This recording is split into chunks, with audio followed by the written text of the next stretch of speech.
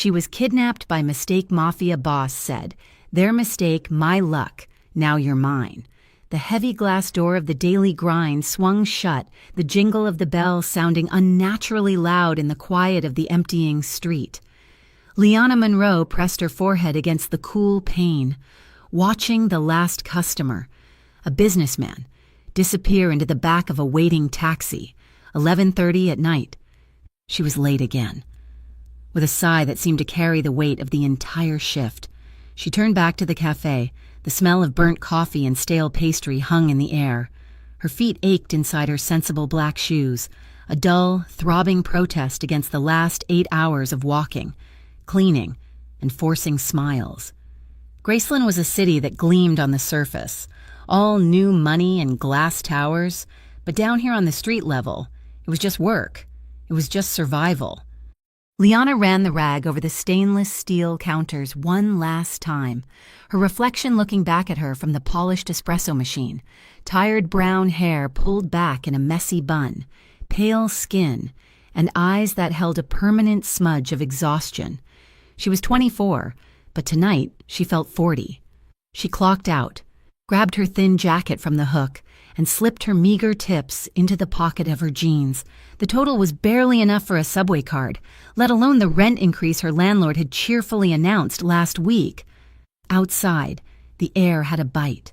Winter was clinging on, refusing to let the city breathe.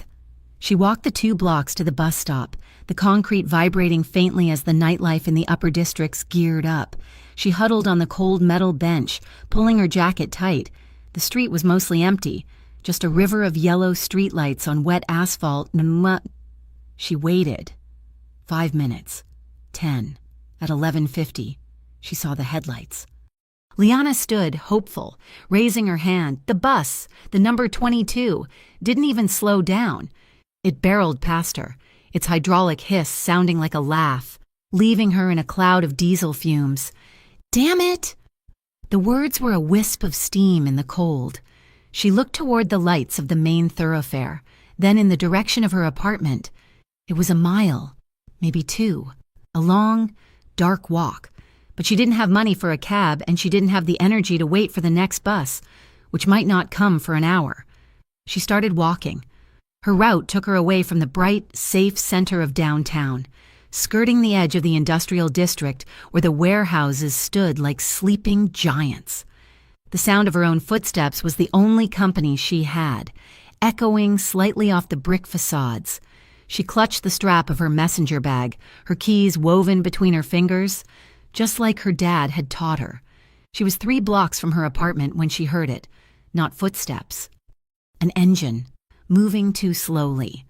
Liana's heart kicked against her ribs. She didn't look back. She walked faster, her cheap soles scraping the pavement. A black van, the kind with no side windows, slid to a stop right beside her, cutting her off from the crosswalk. The side door flew open. Liana didn't hesitate.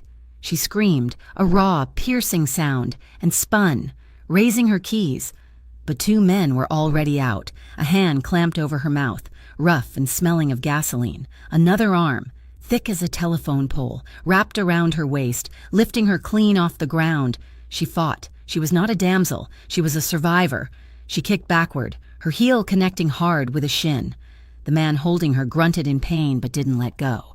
She bit the hand covering her mouth, tasting sweat and dirt. "Bitch!" the man yelled and slapped her hard across the face. Her head snapped back, stars exploding behind her eyes. The keys fell from her numb fingers, skittering uselessly on the pavement. "Got her. She looks just like the picture," one of them grunted, shoving her into the darkness of the van. "Shut her up. Shut her up now." She was thrown onto the cold, ribbed metal floor. Before she could scramble up, a knee pressed into her back and her hands were yanked behind her. The sharp plastic bite of a zip tie cinched around her wrists. A second one went around her ankles. A strip of thick, musty cloth was tied tightly around her eyes, plunging her into a suffocating blindness. The door slammed, sealing her in. The engine roared, and the van lurched forward. Liana lay there, heart hammering, tasting the copper of blood in her mouth. She was shaking so hard her teeth chattered. They had the wrong person. It was the only thought that could cut through the panic. They have the wrong person. The van drove for what felt like an hour, taking sharp turns that rolled her from side to side. She heard the men in the front muttering, their voices low and nervous. When the van finally stopped, the engine cut, and the silence was almost worse. She was dragged out, hauled over someone's shoulder like a sack of flour, and carried.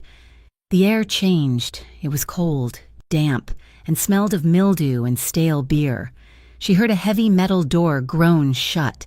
She was dumped onto a concrete floor that numbed her skin through her jeans. "You sure that's her?" a new voice asked. This one was shaky. "She matches the photo. I told you."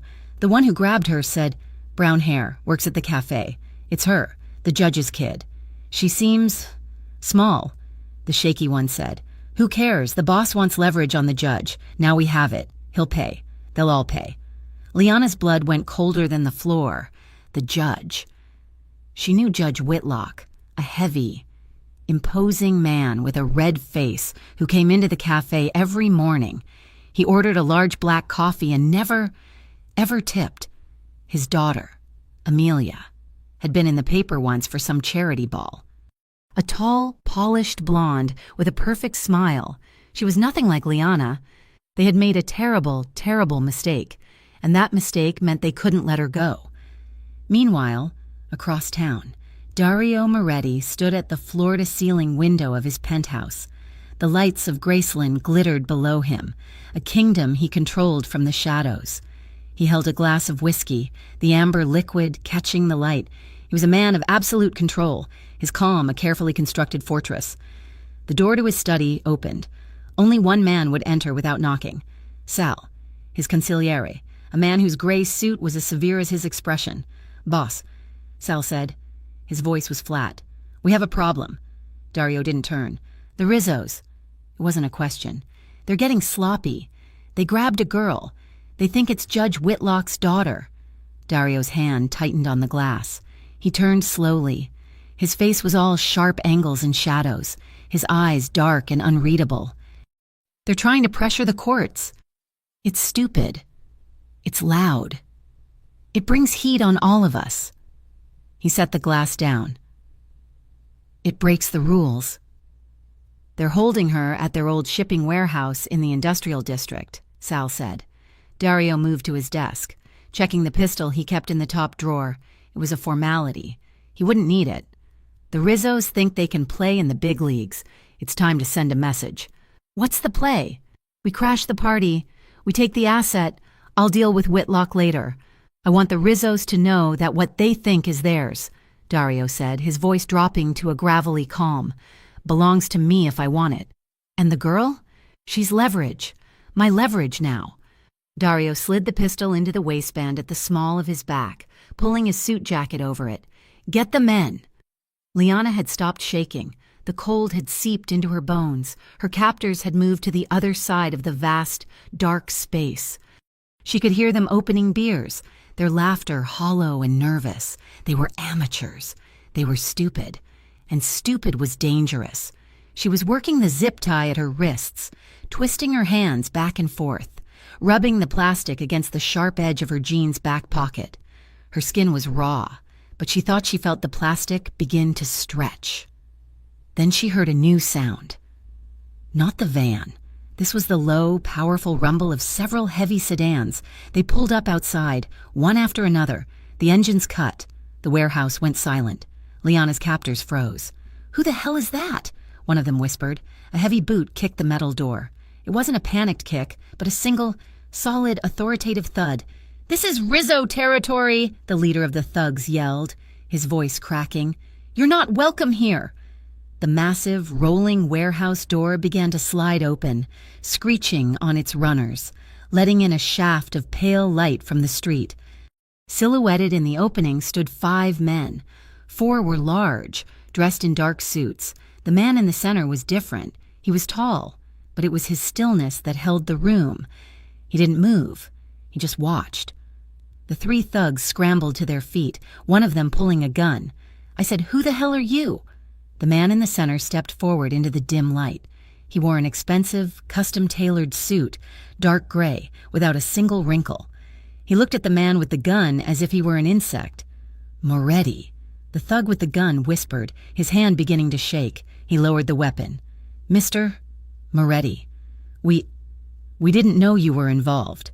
You weren't supposed to be involved at all, Daario Moretti said. His voice was quiet, yet it filled the entire warehouse. It was the calmest, most terrifying sound Liana had ever heard. You think you can just grab a judge's daughter? Disrupt business? My business? We were just following orders. Mr. Moretti, our boss. Your boss is an idiot, Daario said, and so are you. He nodded to Sal.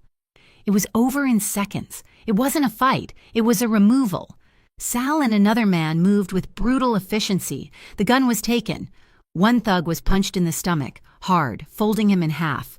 The leader was grabbed by the throat and slammed against a metal support pillar. Get out, Daario said, not even raising his voice. Go back to your little boss. Tell him if he ever pulls a stunt like this again, I will burn his entire operation to the ground. Tell him I said hello. The three men scrambled, falling over each other to get to the side door, vanishing into the night. The warehouse was suddenly completely silent. Liana held her breath. She heard heavy, measured footsteps approaching. They stopped right in front of her. She flinched as she felt the cold steel of a knife press against her cheek, not to cut her, but to slide under the blindfold. With a single, sharp motion, the cloth was cut away. Her eyes ached in the dim light. She blinked, tears blurring her vision, until the man in front of her came into focus.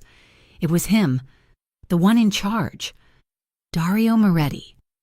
He was crouching in front of her, resting on his heels. He was younger than she expected, maybe in his early 30s. His face was striking, all hard planes and sharp jaw, his dark hair perfect, but it was his eyes that held her. They were dark, almost black, and they were looking at her with an intensity that stripped her bare. Daario stared. This was not Amelia Whitlock. He had seen the judge's daughter at galas.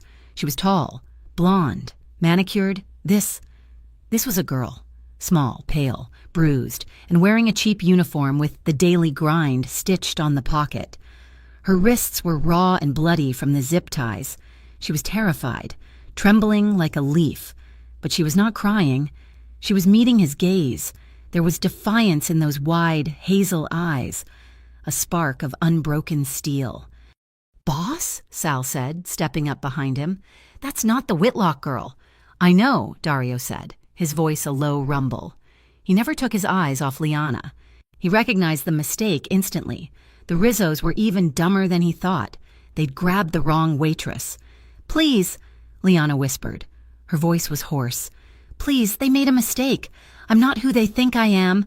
I'm nobody." Daario stood up. He looked at the girl on the floor, then at Sal. He thought quickly. The Rizzos grabbed her. They saw her face. He and his men had seen her face. If he let her go, what would happen?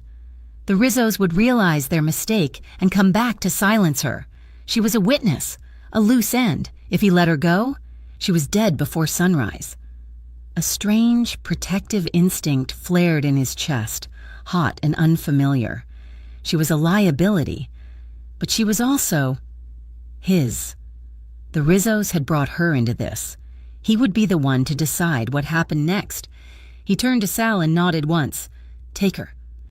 Liana's eyes widened in fresh terror. No, please, you don't understand. You have to let me go." Two of his men moved, grabbing her arms and lifting her to her feet. She struggled, kicking. "Let me go." Daario turned back to her. He walked over, standing so close she had to crane her neck to look up at him. He lifted a hand, and she flinched, but he only brushed a strand of hair from her bruised cheek with his thumb. His touch was surprisingly gentle. "You're right," he said. "They made a mistake." He looked over at his men. "She's mine now." The ride to his mansion was a silent, terrified blur. She was in a luxury sedan, the leather seats softer than her own bed. She wasn't tied, but Sal sat beside her, a mountain of silent muscle. Daario Moretti sat in the front passenger seat, staring out the window at the city lights as they climbed into the hills. The car passed through a massive iron gate and pulled up to a house that looked more like a modern fortress. All glass and dark stone, it clung to the side of the hill, overlooking the city she had just been stolen from. She was led inside, into a foyer so large her apartment could fit in it 3 times over. "Get Elena," Daario said to Sal, "and call the doctor." A moment later, an older woman in a simple black dress appeared. She looked at Liana with sympathy, but not surprise. "Get her cleaned up," Daario ordered. "Find her some clothes, and wait for Dr. Rossi." Liana was led to a bathroom that was bigger than her bedroom.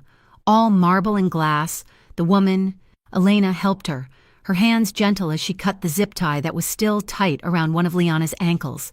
Liana said nothing. She was numb, moving on autopilot. She showered, washing away the grime of the warehouse, and let the woman treat the raw wounds on her wrists. When she was clean, Elena gave her a set of silk pajamas and a thick robe.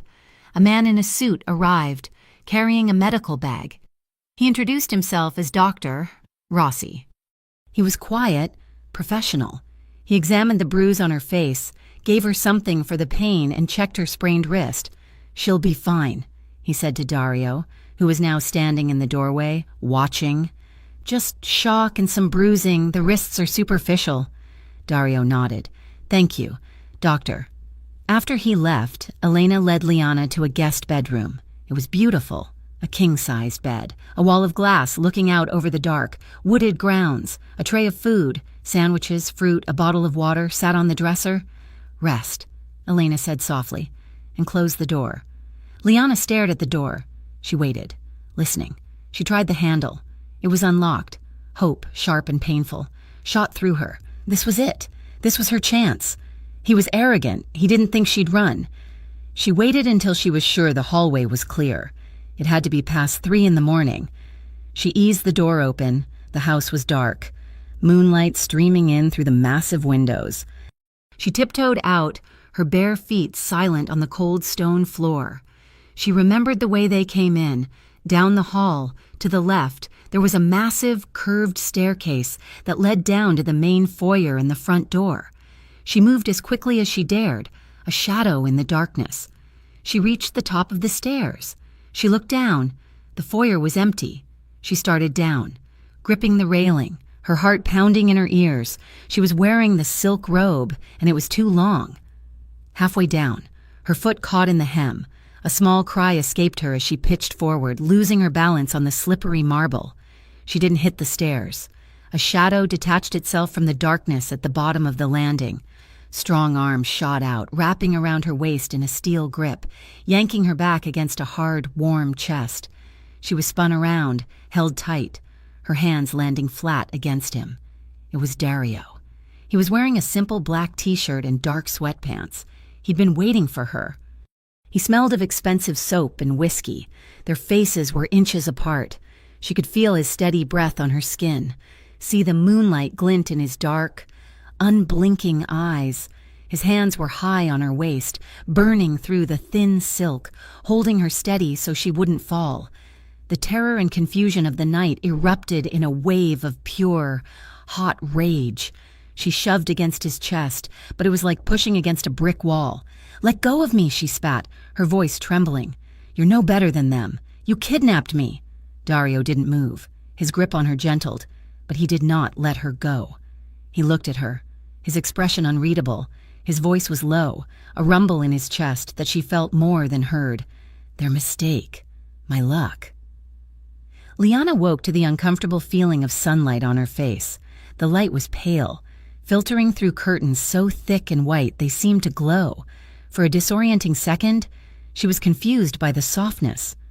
The sheets beneath her were not her own thin, worn cotton. They were heavy, smooth as water, and smelled faintly of lavender and linen.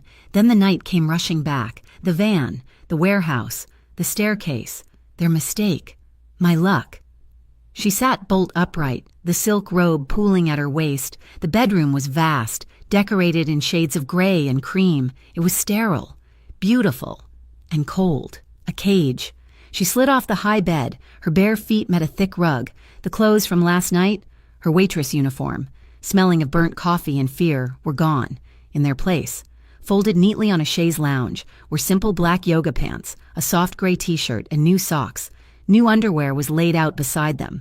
A shudder of violation and strange, detached gratitude ran through her. Someone had gone through her things, calculated her size. Someone had been ordered to dress her, like a doll. She dressed quickly. The clothes fit perfectly. She padded to the door, her heart a tight, cold knot. She remembered the unlocked handle from the doctor's visit. She wrapped her fingers around the cold, heavy brass and turned. It opened. No lock. The relief was so sharp it made her dizzy. She peered into the hallway. It was broad, lined with dark, abstract art, and empty. At the far end, perhaps 30 feet away, sitting in an alcove near the top of the main staircase, was Sal. He wasn't looking at her. He was reading a newspaper, a cup of coffee resting on his knee. He was just there, a human wall, a quiet, polite, an absolute no. She was a prisoner. They just didn't need a lock. Liana retreated into the room, her anger a hot, acidic thing in her stomach. She went to the window, a solid wall of glass, and looked out. The house was perched on a cliff. The grounds below were meticulously landscaped, a green, manicured lawn sloping down to a border of dense, dark woods. Beyond that, the city of Graceland was a hazy, distant smear. There was nowhere to go. She heard the door open behind her. She spun, her hands curling into fists.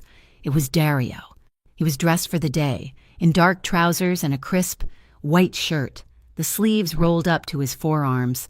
He held 2 cups of coffee. He looked like a CEO, a man who ran the world from a high-rise office, but his eyes were the same as last night, dark, steady, and owning everything they looked at. "Good morning," he said, his voice calm. He walked into the room as if he had every right to be there, setting one of the cups on the dresser. "I thought you might need this." "I need to go home," Liana said, her voice raw. "I know." He didn't turn, just looked at her reflection in the glass. "We need to talk about that."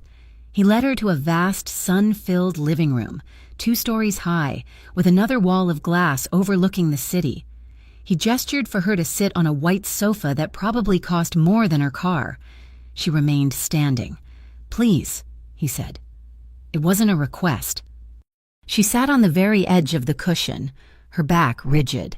Daario stood by the cold, black marble fireplace, a king in his throne room. "I'm going to be honest with you. Liana, there is no easy way to say this. You already said it. They made a mistake." "They did." He agreed. "They mistook you for Amelia Whitlock. The Rizzos, the men who took you, are a small, stupid outfit trying to make a name. They wanted leverage on the judge. They got the wrong girl." "So let me go," she pleaded, the words tearing out of her. "It has nothing to do with me. I'm nobody. I'll tell them. I won't say anything, I promise." Daario watched her, his expression unreadable. "You're right, it had nothing to do with you, but it does now." He took a slow breath. "The problem isn't that they took you. The problem is that I took you from them. The problem is that they saw your face, and they know you can identify them. And now, I've seen your face. You've seen mine. You're in my house. You're a witness to their crime, and you're a witness to me." Liana felt the blood drain from her face. This was worse. So much worse. "If I let you walk out that door," he continued, his voice dropping, "the Rizzos will find you, not to kidnap you, to silence you. They are sloppy, and they are scared. You're a loose end they will tie up with a bullet. You'll be dead by nightfall." "So what's the alternative?" she whispered, trembling. "This being your hostage?" "This is protection," he stated, as if it were a simple fact. The rage she'd felt last night boiled over, hotter and more desperate. She shot to her feet. "Protection? You call this protection? This is just a different kidnapper, a kidnapper with better furniture. You took me from them. You said, 'She's mine now.' Like I'm a stray dog you found. Like I'm a prize." She was yelling now, her voice echoing in the cavernous room. "I am not a thing you can just claim. I am not your property." Daario didn't flinch. He didn't raise his voice. He just watched her, his dark eyes absorbing her fury. He let the silence hang after her last word. thick and heavy.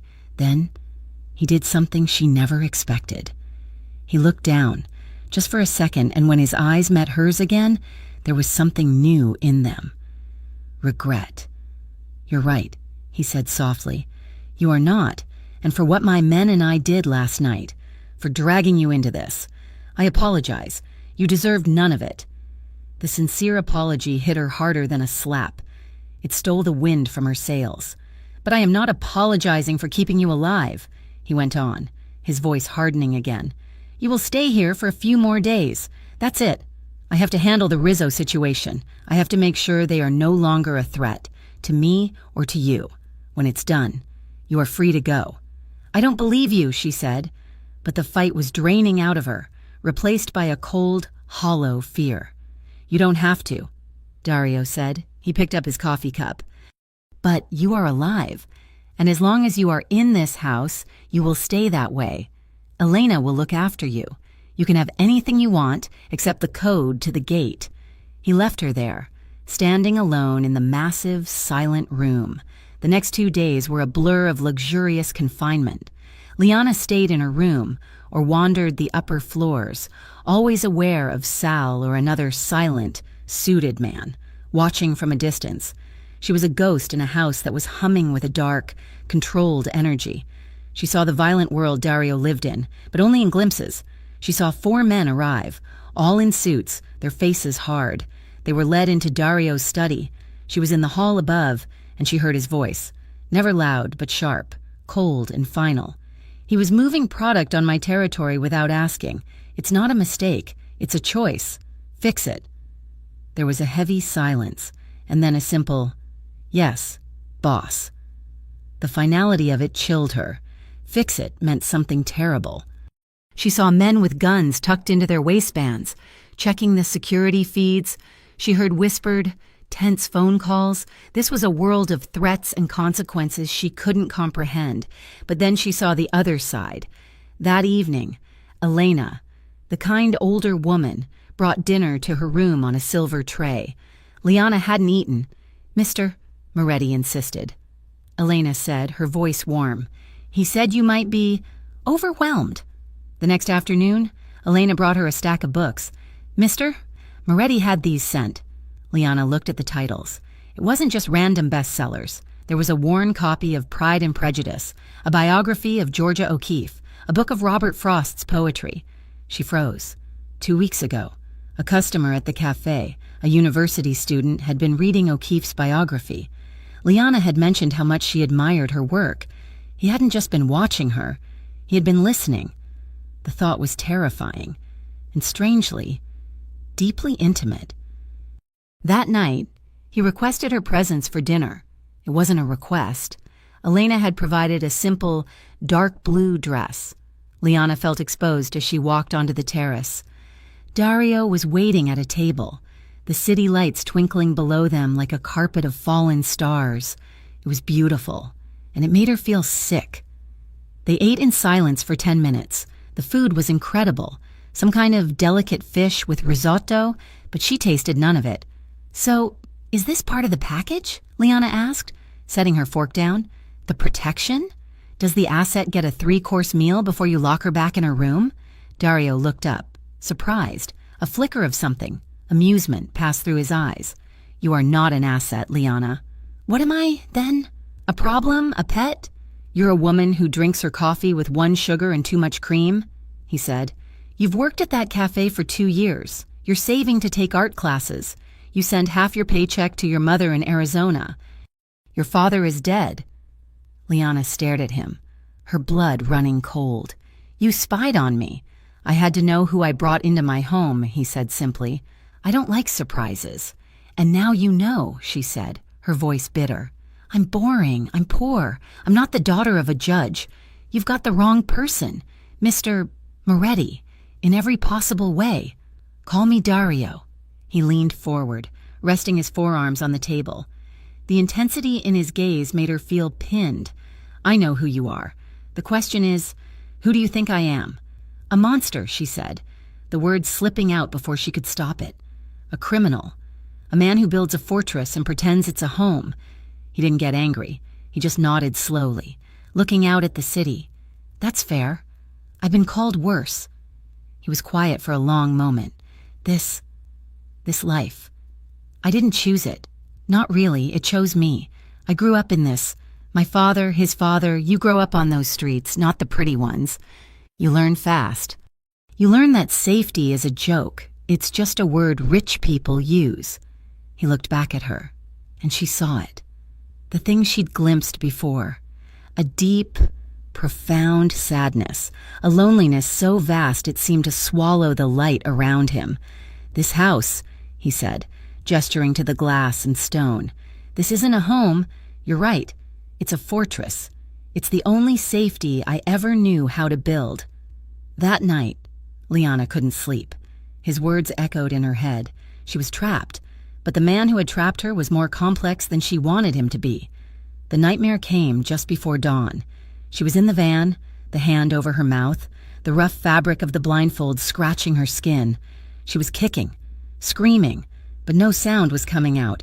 The men were laughing, their voices turning into static. She woke up with a gasp, drenched in sweat, her heart hammering against her ribs so hard it hurt. The silk sheets felt suffocating. She threw the blankets off and stood, shaking. She needed air. She needed water. She couldn't stay in that room. The house was dark and still. She padded down the hallway, past the alcove where Sal usually sat. He was gone, likely replaced by a guard downstairs. She followed the curve of the grand staircase, her bare feet silent on the cold marble. She found the kitchen. It was a massive, industrial space of stainless steel and dark wood. A single, low light was on over the center island, and he was there. Daario was leaning against the far counter, a bottle of dark whiskey and a single glass beside him. He was shirtless. Liana froze, in his suit. He was a figure of untouchable, corporate power like this. He was something else entirely. His back and shoulders were broad, all defined muscle and tense lines, a map of controlled strength. He wasn't a CEO, he was a fighter. He must have heard her, but he didn't startle. He just turned his head slowly. Nightmare? He asked. His voice was a low rasp, different in the quiet of the night. She could only nod, clutching the lapels of her robe. How did you know? I recognize the look. He gestured to the bottle. This is my version. He straightened, but didn't move toward her. Do you want some water? She nodded again. He took a clean glass, filled it from the dispenser, and slid it across the massive stone island. She had to walk toward him to get it. She sat at one of the stools, keeping the island between them. He leaned against the counter opposite her, took a sip of his whiskey. You're afraid of me, he stated. Shouldn't I be? She whispered, her hands shaking as she held the cold glass. Yes. His honesty was brutal. But not of that. Not of this. He motioned between them. I'm not those men in the van. Liana, I won't hurt you. You just won't let me go. I can't. They sat in silence. She drank her water. He drank his whiskey. Why? She finally asked, her voice small. Why this life? You have all this money. You could just leave. Go somewhere. Be normal. He gave a short, dry laugh. Normal, you can't leave this. This is blood. This is who I am. The only choice I have is how I do it. If I'm in charge, I can make the rules. I can keep my family safe. I can control it. You can't control everything, she said, thinking of the mistake that brought her here. No, he agreed, his voice quiet. I can't. He looked at her, his eyes tracing her face, the faint, fading bruise on her cheek. You're angry all the time, but you're not afraid. Not really. I'm terrified, she said. No, you were terrified in the warehouse. Now, you're just waiting. You're trying to figure it out. You're trying to figure me out. He was right. The sky outside the kitchen windows was beginning to turn a pale, bruised gray. They had been talking for hours. The house was still. It felt like they were the only two people awake in the world. Liana was tracing the condensation on her glass. Daario moved, so quietly she almost didn't notice, until he was standing on the other side of the island, directly in front of her. He reached out, his hand covering hers on the cold stone. His skin was warm, his palm slightly rough. A jolt went through her, sharp and electric, shooting up her arm, making her heart skip. It wasn't violent, it wasn't threatening. It was just a touch. The first human contact she'd had in days that wasn't clinical or controlling. She looked down at his hand. It was large, his fingers long, completely covering her own. She should pull away. Her brain was screaming at her to pull away. This was her kidnapper. This was the monster. She didn't move. She couldn't. He just held her hand, his thumb brushing once over her knuckles. The tension in the room was a living thing, a low, magnetic hum that pulled her breath tight in her chest. "Daario," she whispered, her voice trembling. He met her eyes. His were dark, searching, and for the first time, completely unguarded. "What happens when I leave?" His thumb stopped moving. The stillness in his hand was absolute. His expression hardened, the softness of the night vanishing, replaced by the man who owned the city. His jaw tightened. "I don't think I'll let you go." His words hung in the pre-dawn light, a promise and a threat, heavier than the stone island between them. "I don't think I'll let you go." Liana pulled her hand from his, as if his skin had suddenly turned to fire. She recoiled, sliding off the stool, the cold of the floor shocking her feet. "No." Daario didn't move. The mask of control was back, his face hard, his eyes dark. "It's not a negotiation. It's not your choice," she shot back, her voice shaking with a new kind of fury. "I am not a piece of your property. You don't get to let me or not let me do anything." She fled the kitchen, her heart hammering not from fear but from a terrifying, confusing mix of rage and something else. That moment his hand had covered hers. It had felt like a brand. She spent the next day in a state of agitated despair. 4 days. She'd been here for 4 days. The world she knew, her tiny apartment, her demanding boss, her best friend Maya, felt like it was on another planet. Daario was keeping his distance. He was in his study, a place she was not allowed, taking a series of low, tense phone calls. She could hear the murmur of his voice through the heavy oak door. He was handling the Rizzos. She had to do something. She couldn't just wait to be released like a pet. The desperation clawed at her. She had to reach Maya. She had to let someone in her old life know she was alive, even if she couldn't say where she was. Her chance came late that afternoon. Sal, her ever-present shadow, was called away by Daario. He left his post in the upstairs alcove. For the first time, she was completely, truly alone on the upper floor. She moved fast. She didn't go for her room. She went for Daario's study. She knew he wasn't there. She'd heard him and Sal go downstairs. Her hand trembled on the doorknob. It was unlocked. She slipped inside. The room was dark, smelling of leather, whiskey, and him. A massive mahogany desk sat in front of a window overlooking the cliffs, and on the desk, beside a stack of papers, was a landline phone. Her heart was in her throat. She stared at it. Was it tapped? Did he listen? She didn't care. She had to risk it. She lifted the heavy receiver, her fingers fumbling as she punched in Maya's number, a sequence she knew better than her own. It rang. Once, twice. "Hello?" Maya's voice, bright and familiar, nearly made Liana sob. "Maya?" Liana whispered, her voice cracking. "Liana, oh my God, Liana, where are you? I've been calling you for days. I went to your apartment. I called the cafe. Are you okay?" I'm okay, Liana said, the words a desperate rush. She was crying now, silent tears streaming down her face. "Listen to me. I don't have time. I needed you to know I'm alive. Alive.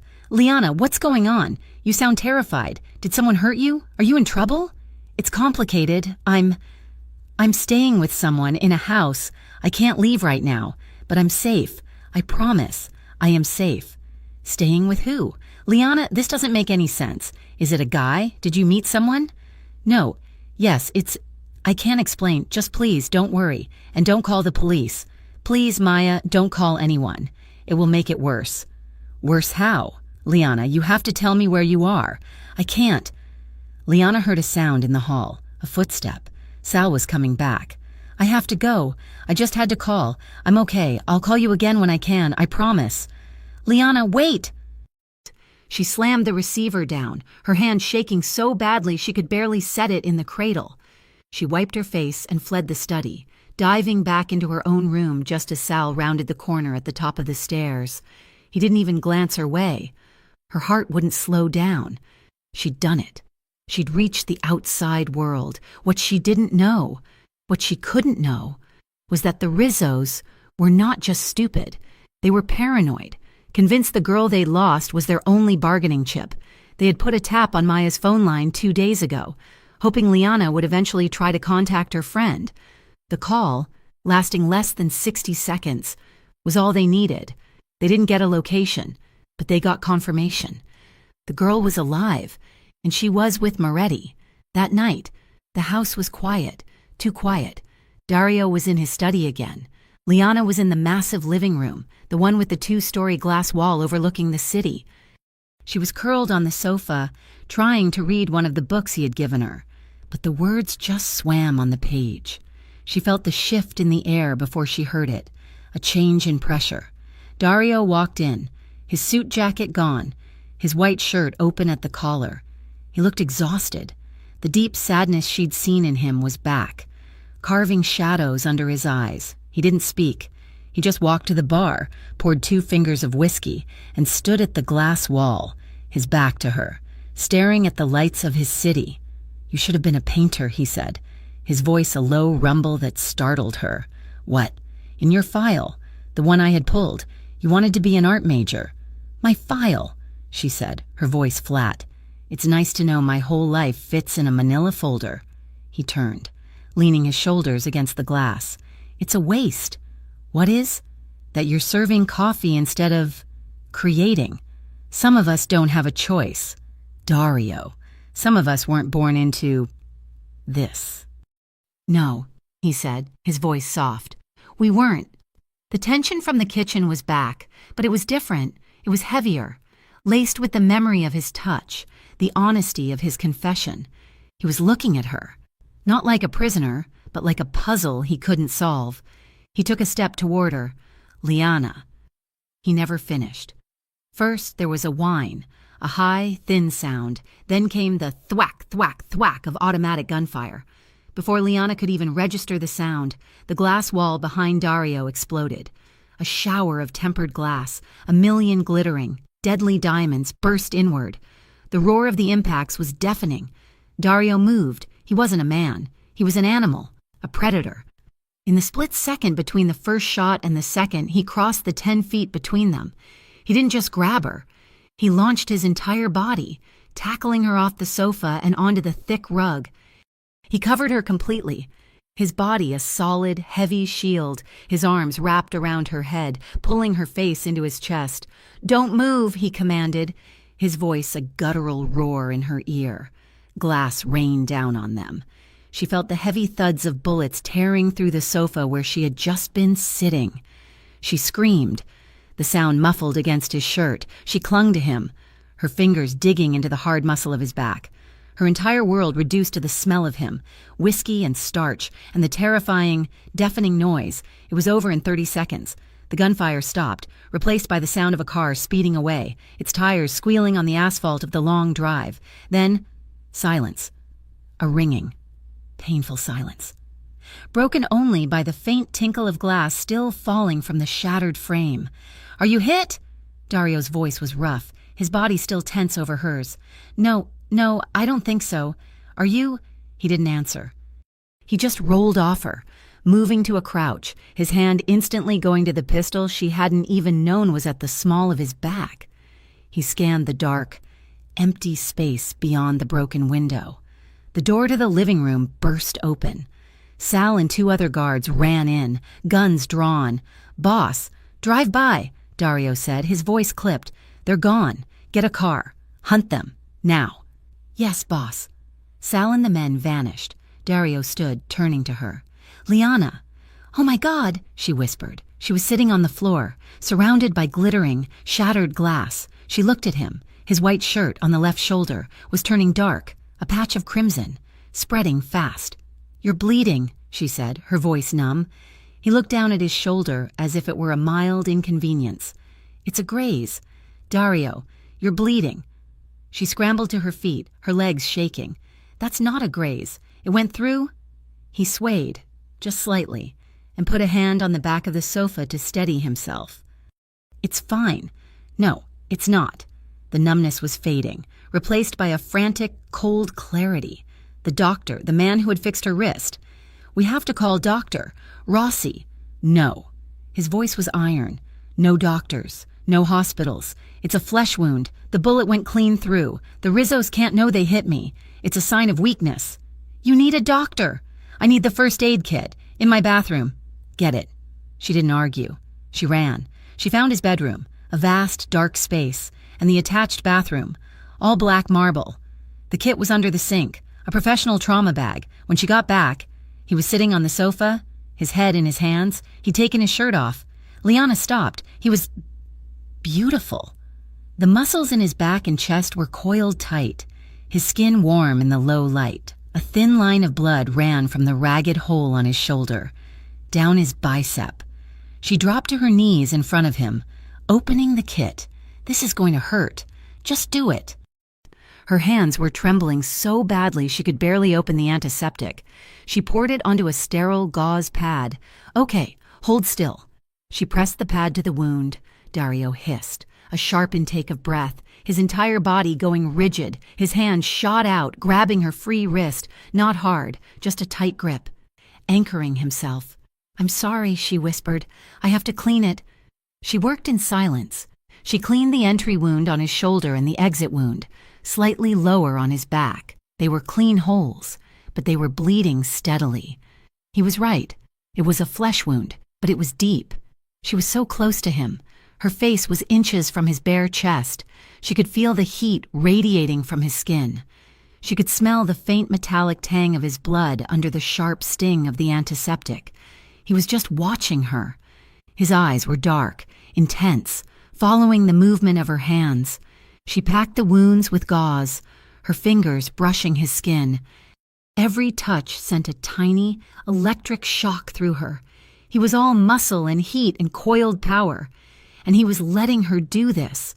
He was letting her see him like this, wounded, vulnerable. When she was done, she started to wrap the bandage around his shoulder and chest. She had to lean in, her hair brushing his chin. Liana, he said. His voice was a low growl. It wasn't a question, it wasn't a statement, it was a vow.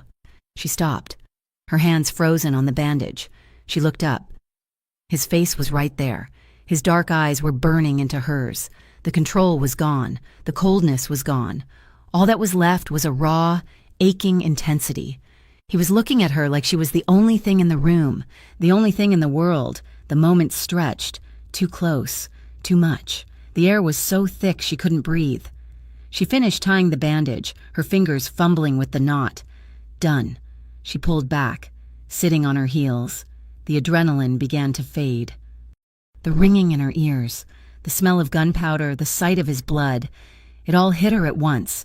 A sob. A raw, ragged sound tore from her chest. She hadn't cried in the van. She hadn't cried in the warehouse. She hadn't cried when he'd cornered her on the stairs. She was crying now. She covered her face with her hands, her shoulders shaking. He shot at you. They tried to kill you. They tried to kill us. Daario didn't say anything. He just reached out, his good arm wrapping around her back. He pulled her forward between his knees. He pressed her head against his uninjured shoulder, his hand coming up to cradle the back of her head, his fingers tangling in her hair. Shh, he murmured. It's over. You're safe. She cried into his skin, her tears hot on his chest. She held onto his waist, her small hands flat against the hard plane of his back. He just held her. He didn't pat her. He didn't offer false platitudes. He just held her, a solid, warm, unmoving anchor in the middle of her terror. She cried until she was exhausted, until her sobs quieted into shudders. He didn't let go. Come on, he whispered. His voice rough. He stood, pulling her up with him. She was unsteady, her legs like water.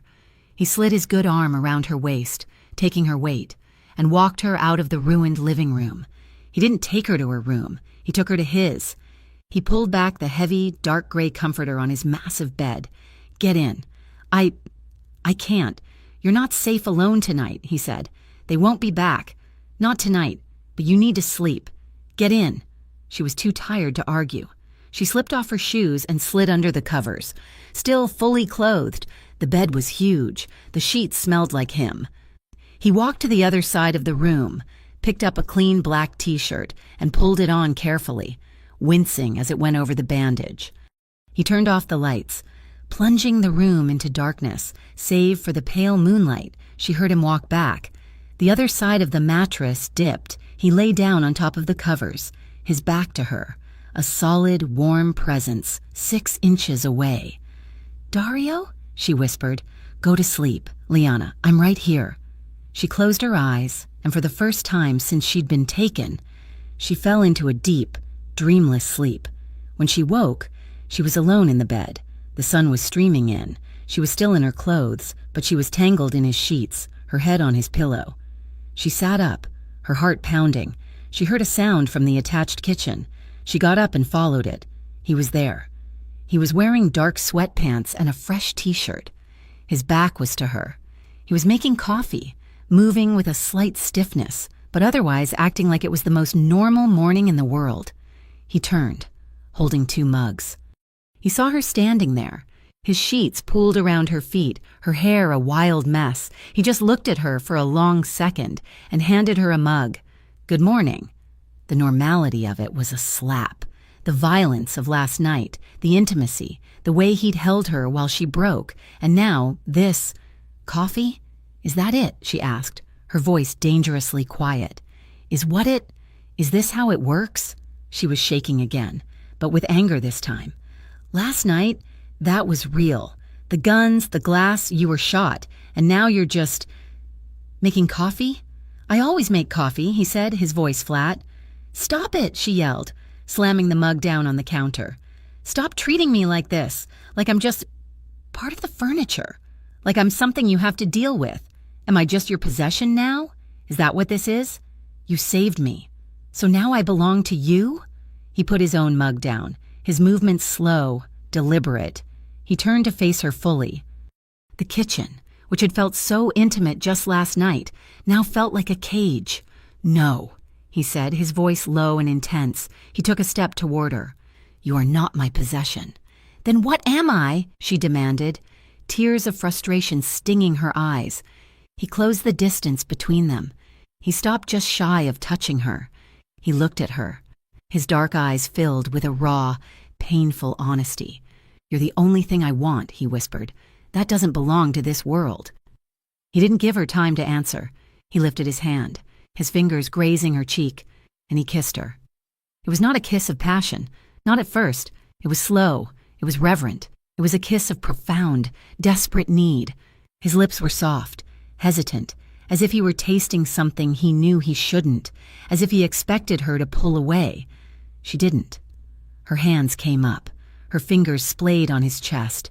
She could feel his heart hammering under her palm, a frantic rhythm that matched her own.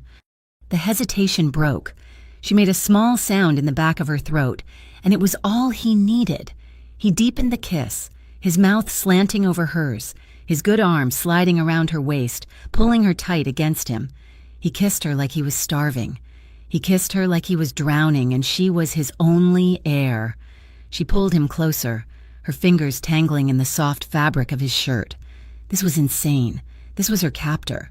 This was the man who had stolen her life, and she was kissing him back. All the fear, all the anger, all the tension of the last 5 days erupted. It wasn't about right or wrong. It was about heat and need and the desperate, emotional surrender of 2 people who had been touched by death and found themselves alive. He lifted her, and she wrapped her legs around his waist without thinking. He carried her from the kitchen back into the bedroom, his mouth never leaving hers. He was whispering her name, over and over. "Liana, Liana," like a prayer, like a... They collapsed onto the bed, a tangle of limbs and breathless, desperate kisses. His hands were in her hair, on her back, holding her as if he would never let her go. She pulled at his shirt, needing to feel his skin, the skin she had just mended. He pulled back, his forehead resting against hers. They were both breathing heavily, their chests heaving. "You're sure?" he whispered, his voice ragged. His dark eyes searched hers, filled with a raw vulnerability she had never seen. She didn't answer with words. She just leaned in and captured his lips again. A silent, definitive yes. It was a fever, a storm, a moment of pure, emotional release that blotted out the world, the danger, and all the reasons why it was wrong.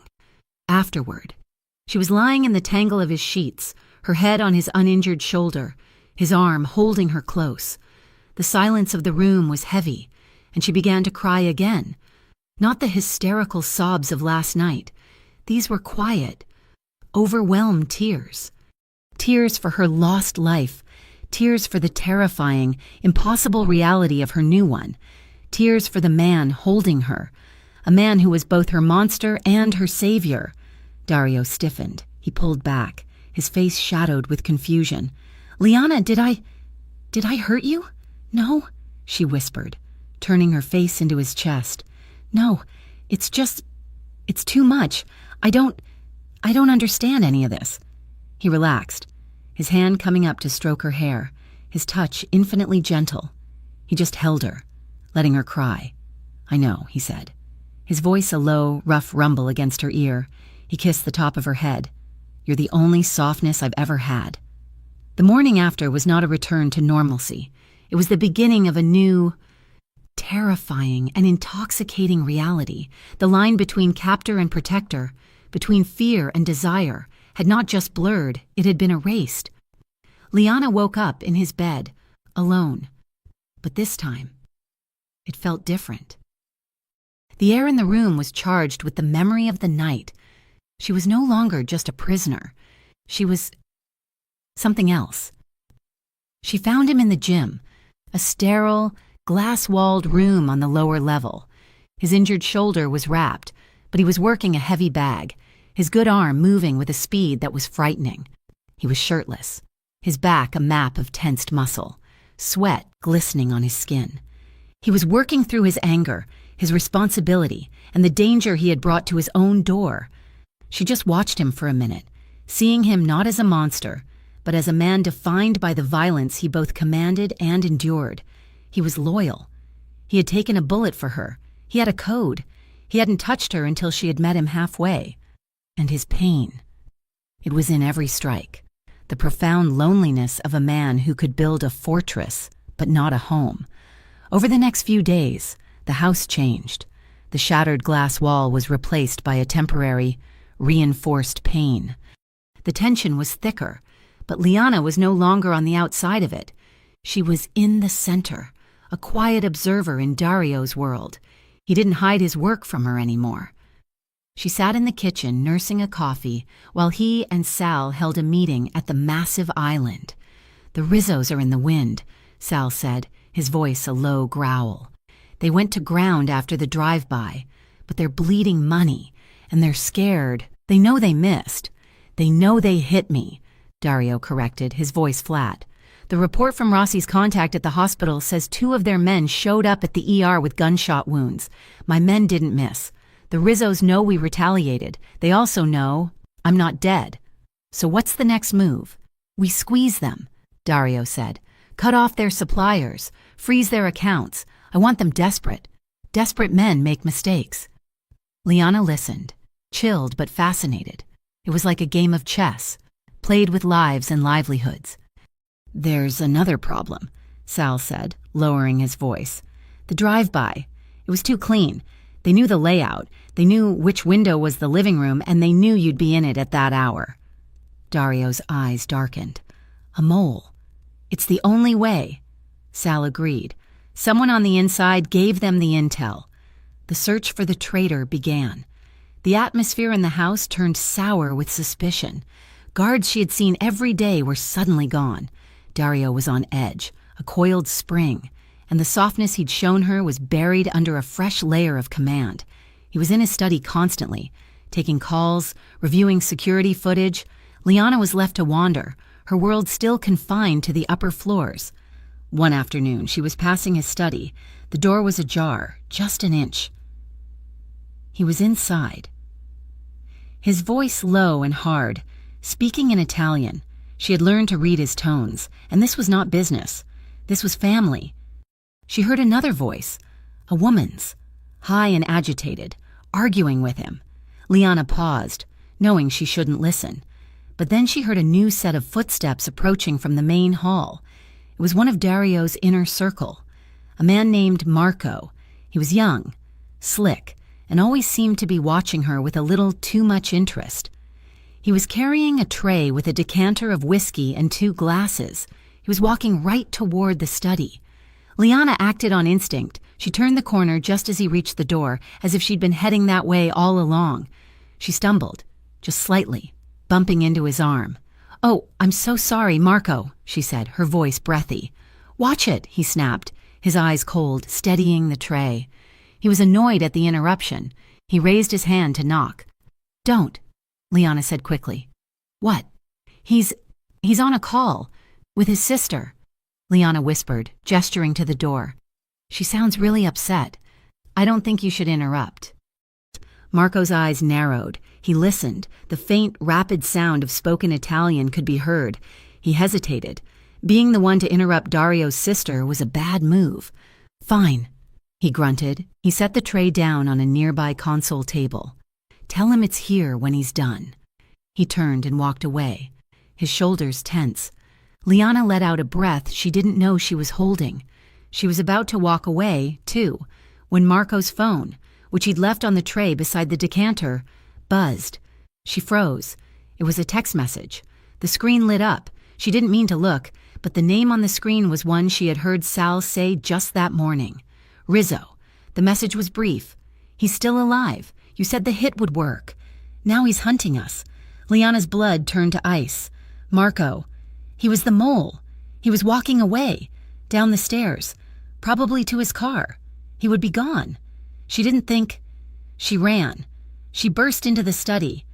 Daario snapped his head up, his phone still at his ear, his face a mask of thunder. The woman on the phone was still talking. "Liana Cicazzo, get out." "It's Marco," she blurted out, her voice trembling. "He's the mole. He's talking to Rizzo. He just got a text. He's leaving. He's leaving right now." Daario's expression went from anger to lethal, cold focus in a millisecond. He didn't question her. He didn't hesitate. "Nicoletta, I have to go," he said into the phone and hung up. He hit the intercom on his desk. "Sal, lock down the estate. Nobody leaves. Get Marco. Bring him to me now." He was on his feet, grabbing his jacket, his pistol already in his hand. He looked at Liana, who was standing in the doorway, shaking. He walked over to her, his face unreadable. He put his hand on her arm. "How did you know?" He came to the door. "I stopped him from interrupting you. He left his phone on the tray. I saw the text message. It was from Rizzo." He just stared at her, his dark eyes searching her face. He saw the genuine terror, the adrenaline. She hadn't been spying. She had been protecting him. "Stay in this room," he said, his voice softer. "Lock the door. Don't open it for anyone but me." She did as she was told. She spent the next 2 hours in his study, sitting in his leather chair, her heart pounding. She heard yelling from downstairs, a single, muffled thud that she tried to tell herself was a door slamming. Finally, the door handle to the study jiggled. "Liana, it's me." She fumbled with the lock and opened it. Daario stood there. He looked tired, but the lethal tension was gone. "It's done," he said. "Marco," she whispered. "He's being dealt with." The finality in his voice told her not to ask any more questions. He confessed. He was in debt. The Rizzos offered him a way out. "Because of me," she said, the realization hitting her. "He gave them the layout because I was here." "He gave them the layout because he was weak." Daario corrected her, his voice firm. "This is not your fault. You did well. Liana, you saved my life. Again." He reached into his pocket and pulled out a small, heavy piece of metal. It was a key, a simple, old-fashioned brass key. "What is this?" "It's to the garden gate," he said. the one at the south end of the property. It leads to the woods." He put it in her hand and closed her fingers around it. "You're not a prisoner anymore. You can walk the grounds. You can leave the house." She stared at the key. It wasn't freedom. Not really. The estate was still surrounded by miles of wilderness and a high wall, but it was trust. He was giving her a key to her own cage. "Why?" "Because you didn't run to him," Daario said, his voice low. "You ran to me." Her newfound freedom on the estate felt strange. She spent the next afternoon walking the gardens, the key heavy in her pocket. The air was crisp, and the silence of the grounds was a relief. She was near a small, stone guest house when the door opened and a woman stepped out. She was tall, dark-haired, and had Daario's eyes, but where his were cold and controlled, hers were bright and fiery. "You must be Liana," the woman said, her voice carrying a faint trace of the Italian Liana had heard through the study door. "And you must be Nicoletta," Liana replied. The woman laughed, a warm, rich sound. "So, you're the one who finally got my brother to stop acting like a damn statue. I'm Nicoletta, his sister, the one he actually listens to, sometimes." She looked Liana up and down, her gaze sharp but not unkind. "He's different since you've been here. I came to yell at him for getting shot. I ended up staying because of you. I don't think I've changed him," Liana said, wary. "Oh, Kara, you haven't changed him. You've just woken him up." Nicoletta leaned against the stone wall, crossing her arms. "My brother has been alone for a very long time, even when he's in a crowded room. He's alone. Our father, he wasn't a kind man.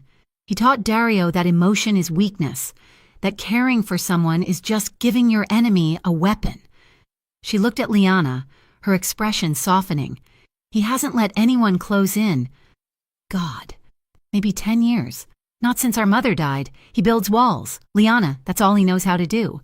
And then you, this little bird, you just fly right over one. He kidnapped me. Nicoletta." "I know," his sister said, her smile fading. "And now he doesn't know how to let you go. Be careful. He's a good man. My brother. But he doesn't know how to love. He only knows how to possess, how to protect." That night, Daario surprised her.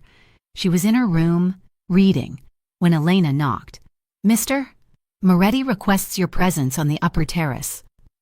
When Liana walked out, her breath caught. The terrace, which had been empty and cold, was now transformed. Hundreds of small, white lights were strung overhead, creating a canopy of stars. In the center, a single table was set for two, with candles, flowers, and a bottle of wine. Daario was standing by the railing, overlooking the glittering city. He turned. He was not in his usual uniform of dark trousers and a button-down. He was wearing a full, impeccably tailored black suit with a white shirt and no tie. He looked devastatingly handsome, a prince of his dark kingdom. He had sent a dress to her room earlier, with no explanation. It was a simple, sleeveless black sheath. It had fit her perfectly. She felt underdressed, a waitress in a borrowed gown. He walked to her, his eyes never leaving her face. He took her hand.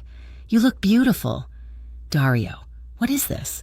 "This is a thank you," he said, "and an apology for a lot of things. I wanted to give you one night that wasn't this." He gestured to the fortress around them. Just a dinner. They ate. They talked, not about the Rizzos or Marco or the danger. They talked about her. He asked her about her art, about the paintings she wanted to create. She asked him about his mother, and he told her, his voice soft, about a woman who grew roses in a small, concrete yard, the wall between them, the one that had been crumbling for days, finally disappeared. After dinner, he stood, holding out his hand. "Dance with me."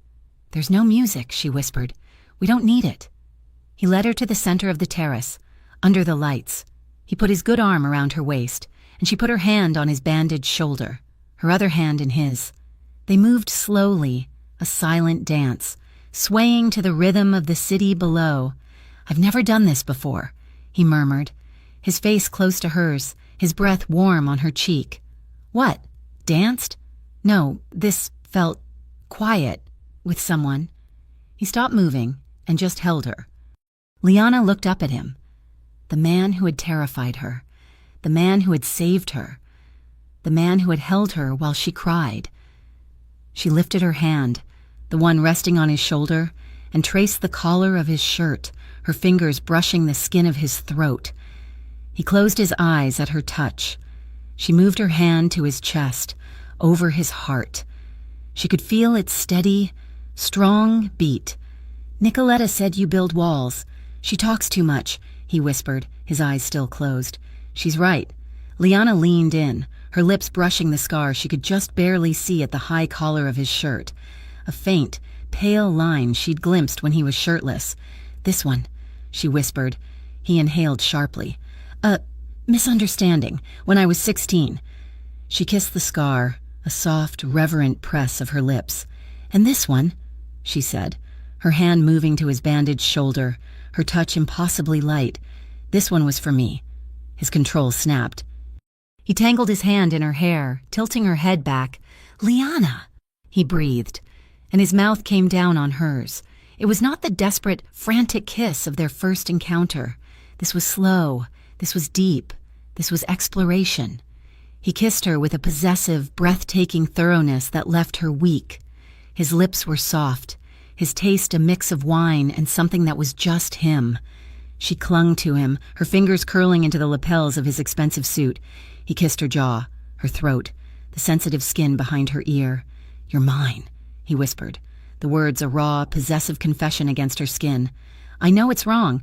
I know I should let you go. But I can't. You're mine." He kissed her again, and she melted, her body yielding to his, every touch a spark, every whispered word a promise.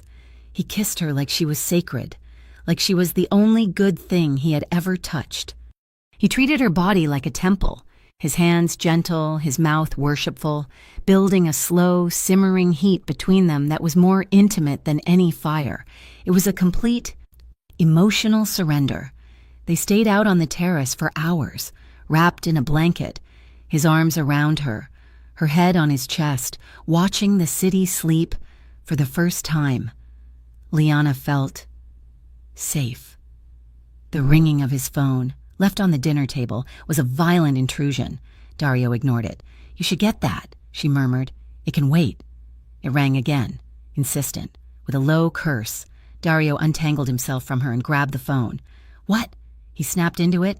He went silent. Liana watched his face. The softness was gone. The peace was gone. The man of stone was back. His shoulders went rigid, his jaw tightening so hard a muscle jumped. "Say that again," he commanded, his voice lethal. He listened, his face turning to granite. "Find him," Daario said, his voice dropping to a terrifying, quiet rage. "Find Judge Whitlock and find out who he's talking to. I want to know everywhere he goes, everyone he speaks to, and you tell our men, if they see her, his daughter, they don't touch her. Is that clear?" He hung up without saying goodbye. "Daario?" Liana asked, sitting up, the blanket falling from her shoulders. "Daario, what's wrong? What about Judge Whitlock?" Daario turned to her, his face a mask of fury. But his fury wasn't for her. It was for the man on the phone. "The Rizzos," he said, his voice tight, "are gone.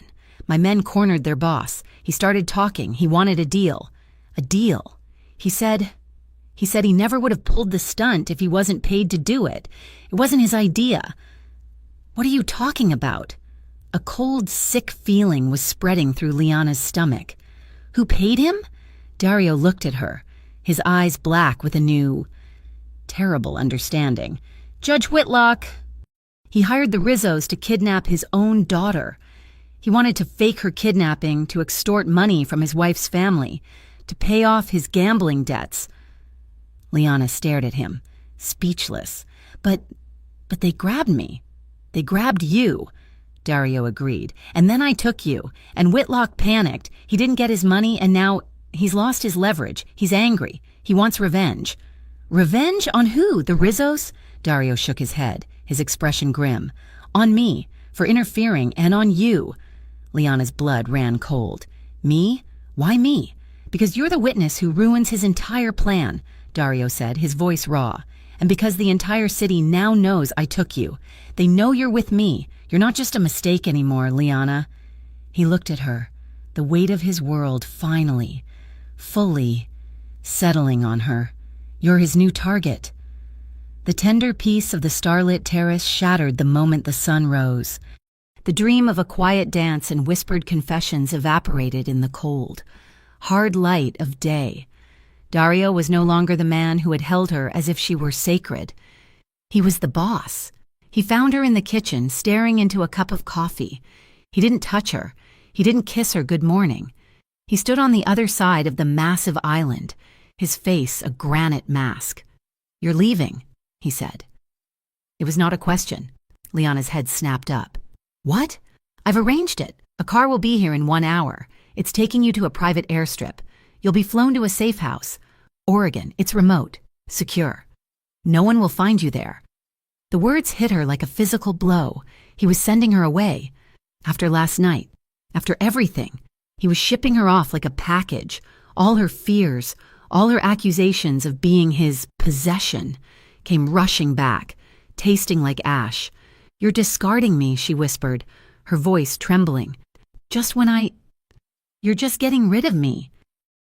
"I'm keeping you safe," he countered, his voice flat, devoid of the emotion that had poured from him only hours before. "Safe?"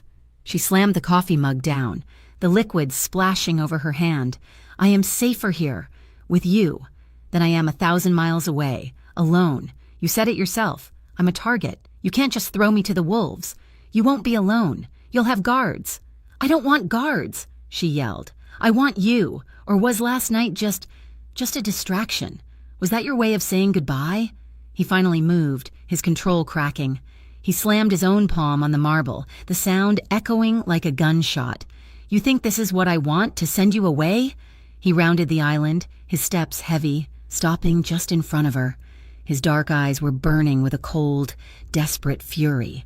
"Judge Whitlock isn't just a gambler. He's connected. He's using his position, his markers, to hire men I've never even heard of. Men outside the families. He's not playing by the rules. He's unpredictable, and he wants you dead." He grabbed her upper arms, his grip tight, just short of painful. "I can't fight him and protect you at the same time. Not when he knows you're here. Not when you are my only weak spot. So I'm a weakness," she spat, wounded. "A liability. You're the only thing," he bit out, his jaw tight, "that I can't stand to lose." He let go of her, his voice dropping to a low, ragged whisper. "I would rather lose you and know you are alive than bury you. The car will be here in 1 hour." He turned and walked away, leaving her shattered in the sterile, silent kitchen. She was furious. She was heartbroken. He hadn't given her a choice. He had made a decision for her. He had taken away her last shred of agency. She packed the small bag Elena provided, her movements stiff with rage. Sal would escort her to the car. She was a prisoner again. But Daario had made a mistake. He had given her the key to the garden gate. He had given her trust, and now he was revoking it. But he had forgotten to take back the tool. She waited until she heard Sal call for her from the foyer. She picked up her bag, walked into the hall, and instead of turning toward the stairs, she ran. She ran down the back corridor, through the empty media room, and to the small, unassuming door that led to the gardens. She fumbled with the key, her hands shaking. It turned, the door opened. She was out. She didn't look back. She ran across the manicured lawn, her feet sinking into the soft grass until she reached the woods. She plunged into the trees, following the game trail she'd explored days earlier. The key represented his trust, and she was using it to betray him. But he had betrayed her first. It took her nearly an hour to navigate the woods and find the outer wall. The gate was there, a simple, wrought iron door. She used the key again and was free. She was on a long, winding mountain road. She had no phone. She had the clothes on her back and the few $100s in cash Daario had insisted she keep in her room for emergencies. She walked for 2 miles until she hit the main highway. A cab, miraculously, was dropping someone off at one of the gaudy hilltop mansions. Liana flagged it down, her heart hammering. "Downtown," she said, climbing in. "The corner of 6th and Miller." The driver looked at her, a girl in simple clothes, coming from nowhere on the private road, and just nodded. This city was full of strange things. The ride was a blur of adrenaline and agonizing regret. What had she done? She had run from the only protection she had, but she couldn't. She couldn't just be shipped off. She had to reclaim her own life. She would go to her apartment, she would pack a real bag, she would call Maya. She would get on a bus and disappear. She didn't need his blood money, his private jets, his safe houses. She would save herself. The cab pulled up to her street. It looked normal. The bodega on the corner was open. Her building, a 3-story brick walk-up, looked just as she had left it. She paid the driver and ran up the front steps, digging for the keys she hadn't touched in over a week. She put her key in the lock. It wasn't necessary. The door pushed open. Her stomach dropped. She slowly pushed the door open. Hello? Her apartment was not her apartment. It was the shell of her life. They had been here. Whitlock's men. The sofa was slashed, white stuffing spilling onto the floor. Her books were torn, ripped from their shelves. The few photos she had, of her mother, of her and Maya, were shattered on the floor. Her bedroom was worse. Her mattress was flipped. Her clothes were pulled from her small closet, strewn everywhere. Cut and stained. They hadn't just been looking for something. They had been sending a message. They were erasing her. She backed away, a sob rising in her throat. This safe, normal life she had been so desperate to reclaim, it was gone. It had been contaminated by his world. There was no going back. She heard a noise in the hallway, a heavy footstep. She spun around. 2 men were standing in her open doorway, blocking the only exit. They weren't the Rizzo thugs. These men were different. They wore clean, dark clothes. Their faces were hard, professional. "The girl," one of them said, his voice flat. "The boss was right. She'd come back here. She's stupid." Liana didn't scream. She ran. She shoved past them into the narrow, dim hallway and bolted for the stairs. One of them grabbed the back of her jacket. Pulling her off her feet, she crashed onto the landing, twisting, kicking, fighting like a wildcat. "Get her!" She scrambled down the stairs, bursting out the front door and onto the street. She ran, her lungs burning. She heard them right behind her. She ducked into the alley beside the bodega.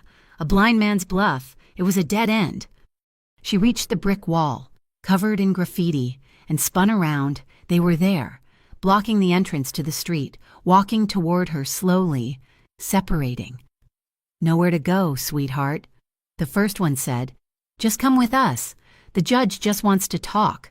"I'm not going anywhere with you." She grabbed a loose brick from a crumbling half wall, holding it like a weapon. The man laughed. He lunged. Liana swung the brick, but he caught her wrist, twisting it. She cried out in pain. The brick clattered to the pavement. She did the only thing she could. She bit him. She sank her teeth into the fleshy part of his hand, tasting blood and grime. He screamed, a high-pitched sound of rage, and backhanded her across the face. "You little bitch!" She fell against the brick wall, her vision spotting. He grabbed her, his arm locking around her throat, pulling her up. She was choking, her feet dangling, clawing at his arm. A black sedan, sleek and low, skidded into the mouth of the alley, its tires smoking. Daario. He was out of the car before it had fully stopped. He wasn't wearing a suit. He was in black jeans and a dark shirt, and he was moving with a lethal grace that was terrifying. The man holding her put his gun to her temple. "That's close enough, Moretti. One more step and I'll paint the wall with her." Daario stopped, 10 feet away. He was unarmed, or so it seemed. He just stood there, his hands open at his sides, his face a mask of absolute, frozen calm. He looked at Liana, his eyes locking on hers. He ignored the man completely. "Close your eyes, Liana," he said, his voice quiet. She trusted him. She squeezed her eyes shut. The first sound was a single, deafening report that echoed off the alley walls. The arm around her throat vanished. The weight holding her up disappeared. She fell to the ground as the man's body crumpled beside her. She opened her eyes.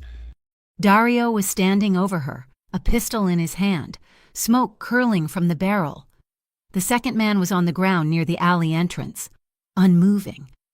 Daario hadn't been unarmed. He had drawn and fired 3 times in the space of a heartbeat. Silence. The alley smelled of cordite and garbage. Daario looked at the men on the ground, his face void of any emotion. He was breathing heavily. He looked down at his arm. A long, bloody graze ran from his elbow to his wrist. The man he'd shot first had gotten a shot off. He tucked the pistol into his waistband, reached down and grabbed Liana's arm, hauling her to her feet. He didn't say a word. He didn't ask if she was okay. He just pulled her, stumbling out of the alley, and pushed her into the passenger seat of his car.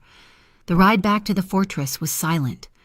The only sound was the roar of the engine as he drove, his one good hand gripping the wheel. He was bleeding onto the expensive leather of the center console. Liana was shaking, her entire body vibrating with shock and a terrible, profound shame. She had done this. She looked at him. His face was set, his jaw rigid. He was staring straight ahead, his knuckles white. She reached out, her hand trembling, and gently, so gently, touched his face, his jaw. He flinched, but didn't pull away. "I'm sorry," she whispered, her voice cracking. "Daario, I'm so sorry. I didn't know." He said nothing. He just kept driving, taking them back to the cage she had fled. He didn't take her to her room. He stormed into his own, heading straight for the first aid kit in his bathroom. She followed him, a ghost in his footsteps. He ripped his shirt off, wincing, and threw it to the floor. He started cleaning the wound on his arm, his movements jerky with a rage that was barely contained. "You could have died," he said, his voice a low, vibrating growl. "I know," she whispered. "You ran. After everything, you ran from me right back to them." "You threw me away," she cried, her own anger returning. "You didn't ask me. You told me. You treated me like a package, not a person. You hurt me. Daario." "I hurt you?" He spun around, his eyes blazing. "I hurt you. I was trying to keep you alive. What the hell do you think this is? A game? This is my life, and it's yours now, whether you like it or not." He stalked toward her, backing her against the wall. "You ran into the one place I couldn't protect you. I didn't want your protection," she yelled, tears streaming down her face. "I wanted my life back." "This is your life," he roared. He slammed his good hand against the wall next to her head. "It's this, or it's that alley. There is no before anymore. Don't you understand that?" She was crying, and he was breathing, his chest heaving. The space between them was electric with fury, fear, and a desperate, agonizing need. "I was so scared," she whispered, her fight collapsing. "When I saw the apartment, and then I thought you were gone. I thought I'd never see you again." His expression broke. The rage faded, replaced by that raw, aching vulnerability. "You almost didn't," he whispered. He leaned his forehead against hers, his eyes closing. His bloody arm was still braced against the wall. His other hand came up, his fingers tangling in her hair, holding her head as if she were the only thing keeping him upright. "Don't you ever," he murmured, his voice ragged, "ever do that to me again." He kissed her. It was not the slow, reverent kiss of the terrace. It was a collision. It was desperate, angry, and possessive. It was a kiss that said, "You are mine." It was a kiss that tasted of blood and gunpowder and fear. She kissed him back with the same desperation, her hands grabbing his face, her body pressing against his. This was not about love. This was about survival. This was about the frantic, breathless need to confirm that they were both still alive. He lifted her, and she wrapped her legs around his waist. He carried her to the bed and fell with her, a tangle of limbs and frantic, open-mouthed kisses. It was a storm, a raw, breathless claiming. His hands were on her, pulling at her clothes, his touch urgent, almost rough. She wasn't an object. She was his anchor, and he was a man drowning. She met his desperation with her own, her nails digging into his shoulders, his name a broken sound on her lips. It was the only way they knew how to speak, the only way to erase the images of the alley, the ransacked apartment, the blood. It was a desperate, breathless act of two people clinging to each other on the edge of a war. Afterward, they lay tangled in the sheets, his body heavy on hers, his face buried in her neck. The room was silent, save for their ragged breathing. She was crying, but she didn't know why. For the life she lost, for the man she was clinging to. "I love you," she whispered. The words fell into the silence, stark and heavy. She felt him go utterly still. His breathing stopped. He didn't pull away. He didn't move. His arms just tightened around her, a crushing, silent answer that was louder than any word. He wouldn't say it back. Nicoletta was right. He only knew how to possess. She woke to the gray light of dawn. The bed beside her was cold. He was gone. His suit was gone. His good one. The first aid kit was gone. His guns were gone. She was alone, truly alone. On the bedside table, where his watch usually sat, was a single, folded note. Her hands trembled as she opened it. "I have to end this. Sal and 2 men are at the gate. Elena is in the house. You know where the panic room is. Do not, under any circumstances, leave this house. I will come back for you." She sat in the vast, empty bed, clutching the note. The war had begun, and he had gone to fight it. She waited. The day was agonizing, silent torture. Every creak of the house made her jump. Elena brought her food, but Liana couldn't eat. She just sat by the window, staring at the long, empty driveway. Dusk fell. The house was submerged in shadow. And then she heard it. It wasn't a drive-by. It was an assault. The sound of an explosion, deep and concussive, rattled the windows, the front gate, then gunfire. Not pistols, automatic weapons. A war zone had erupted on the lawn. She heard Elena scream downstairs. She heard Sal's voice, roaring orders. "Get to the study, lock it down." The front door of the house splintered. She heard heavy boots in the foyer. Yelling, more gunfire, deafening inside the house. The handle of her bedroom door rattled. Someone was trying to get in. She didn't scream. She just moved. She ran into his massive walk-in closet, to the back panel he had shown her, the one that looked like the wall. She found the hidden latch and pulled. The heavy, steel-lined door swung open. She scrambled into the tiny, dark space, pulling the door shut, hearing the heavy click of the magnetic lock. She was in total darkness. She could hear them. They were in his room. They were shouting, tearing the place apart, looking for her. She sat in the cold, metal box, her knees pulled to her chest, her hand over her mouth to stifle her own breathing. She was a prisoner again. This time by her own hand, buried alive in the heart of her fortress, listening to the sounds of it being torn apart, praying for the monster who had locked her in to come back and save her. Time ceased to exist. It could have been minutes. It was hours. The sounds of fighting faded. A new, terrifying sound replaced it. Silence. She stayed in the dark. She waited. She must have fallen into a state of shock, because the sound of his voice snapped her back. "Liana, Liana, are you in there? Liana, answer me." His voice was raw, broken. She fumbled with the latch, her fingers numb. The heavy door swung open. He was there. He wasn't the man who had left. The man standing in the doorway was a nightmare. His expensive suit was ripped, blackened with soot, and soaked in blood, his own and others'. A cut over his eye was bleeding freely, a river of red down his face. He was leaning on the doorframe, his whole body shaking, his pistol held loosely at his side. He looked like he had walked through hell and brought it back with him. He just stared at her, his chest heaving. His eyes... The control was gone.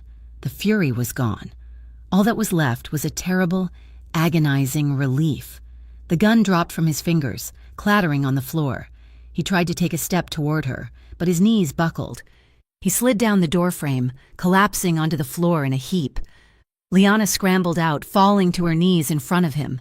He grabbed her, his hands desperate, pulling her into a crushing, agonizing embrace. He was shaking so hard it vibrated through her. He buried his face in her hair, and a sound tore out of him, a ragged, broken sob. He was crying. The boss, the monster, the man of stone, was breaking apart in her arms. "I didn't think I'd see you again," he choked out, his voice a sound she had never heard, raw with a pain that went beyond the physical. I thought they had you." He was heavy in her arms, a dead weight of armor and exhaustion. Liana held Daario as he shook, his broken sobs muffled in her hair. She was no longer the girl from the cafe, terrified of monsters. She was the one holding the monster, and all she felt was a fierce, protective ache. "It's okay," she whispered, her own tears tracking through the grime on her face. "I'm here. I'm safe. You're safe. They were everywhere." He choked out, his voice a raw, broken thing she had never heard. "In the house. I thought—" He couldn't finish. He just held her tighter, as if she were the only thing anchoring him to the world. Sal and Elena found them like that, two broken figures huddled in the ruin of the master suite. Sal was bleeding from his head, but he was standing. "Boss?" Daario didn't release her. He just lifted his head, his face a mask of blood and tears. "Is it done?" "The house is secure," Sal said, his voice grim. "We lost 2 men, but they lost more. Judge Whitlock's hired army is gone. We have 3 of them alive downstairs."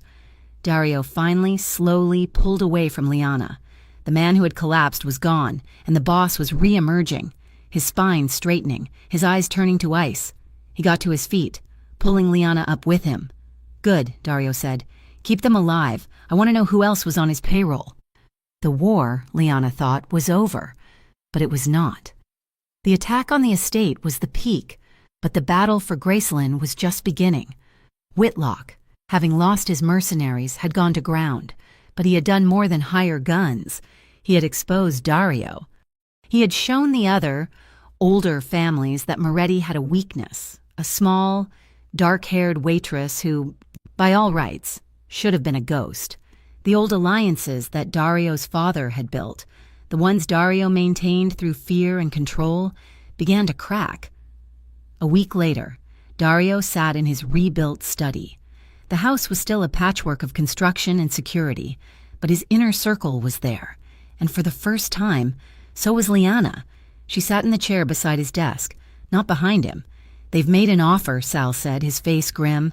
"The 5 families, they'll call off Whitlock. They'll mediate. They'll guarantee your territory and his silence." Daario leaned forward, his hands steepled. "For what price?"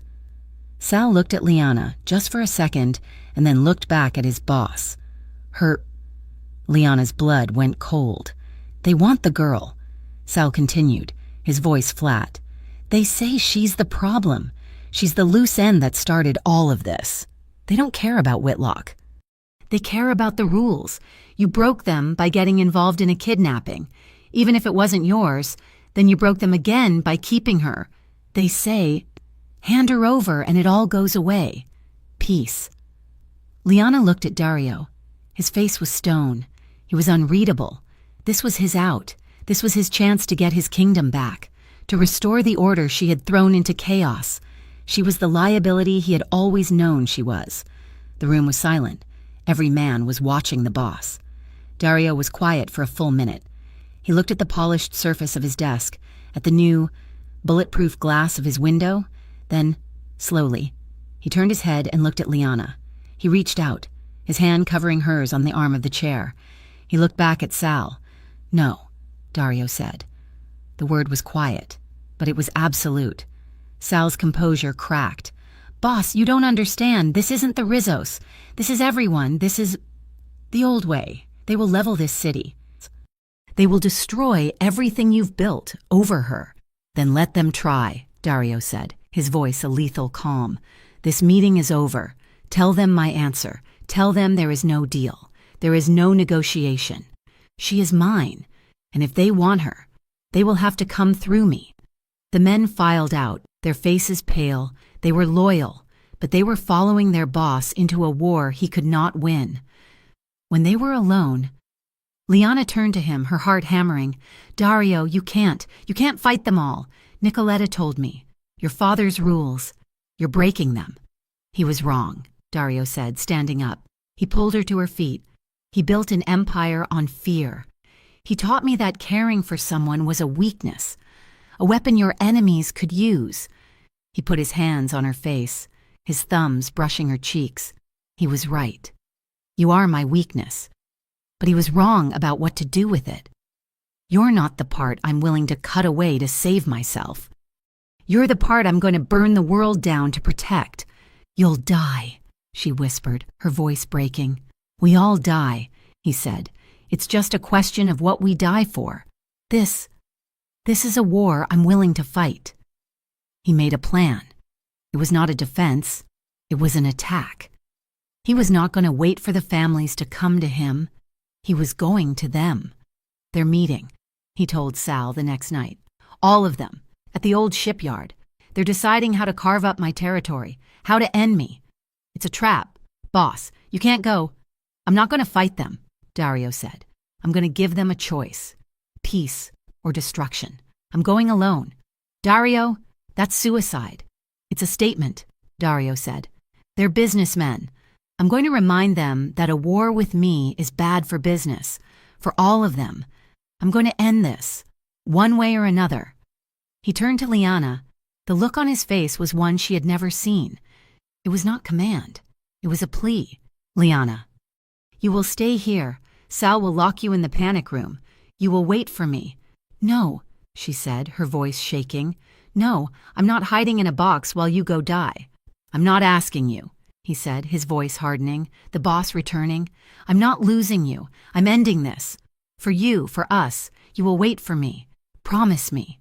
She looked at him, her heart breaking. He was asking her to trust him, to let him go. She nodded, tears streaming down her face. I'll wait.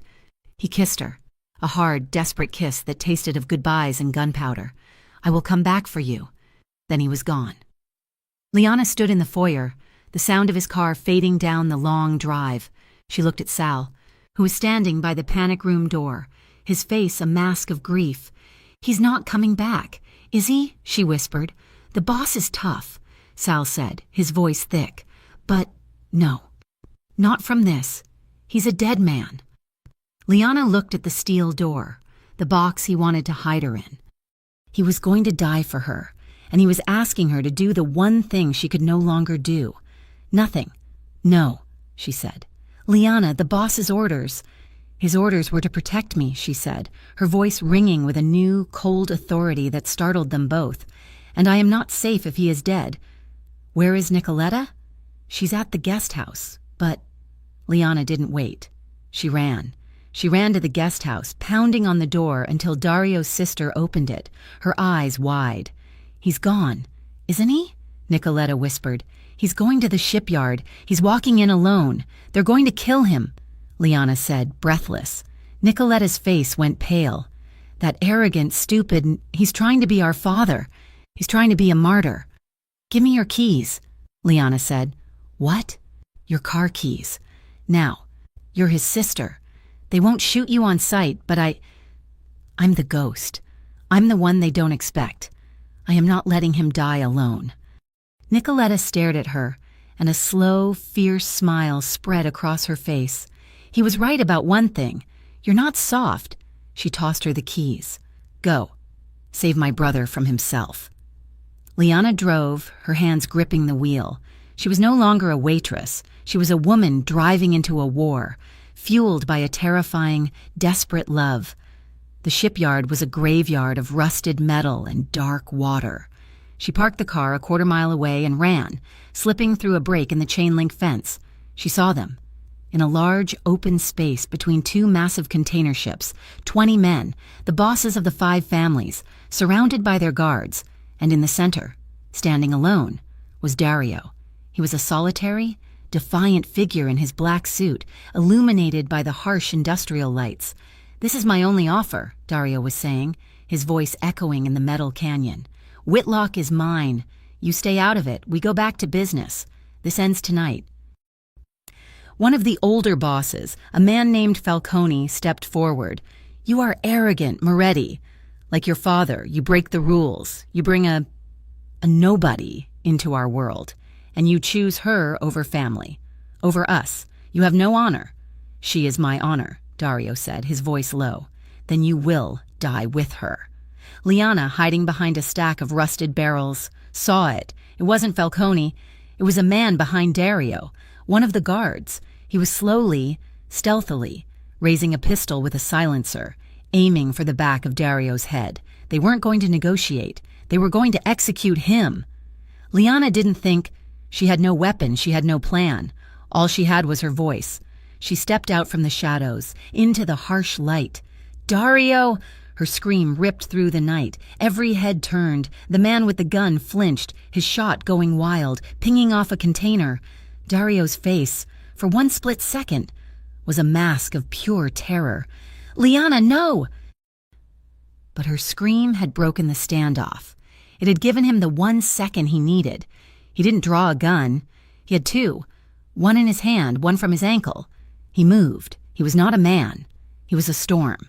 He shot the man behind him, a single, precise shot. He spun, shooting the man who had flinched. The shipyard erupted into a deafening, brutal firefight. Liana ducked back behind the barrels as bullets flew. Men were shouting, guns flashing in the dark.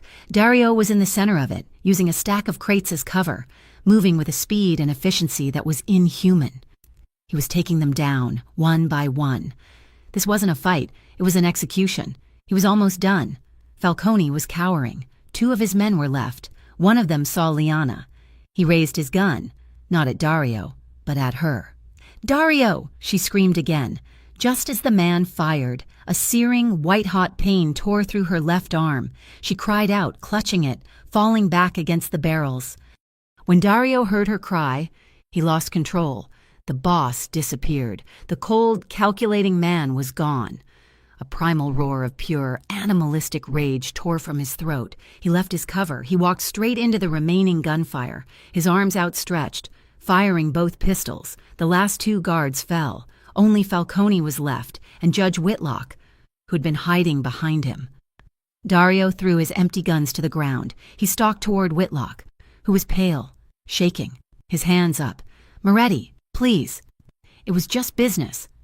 Daario hit him, a closed fist strike to the face that shattered his nose. Whitlock fell, and Daario was on him, his hands grabbing the front of his shirt, lifting him.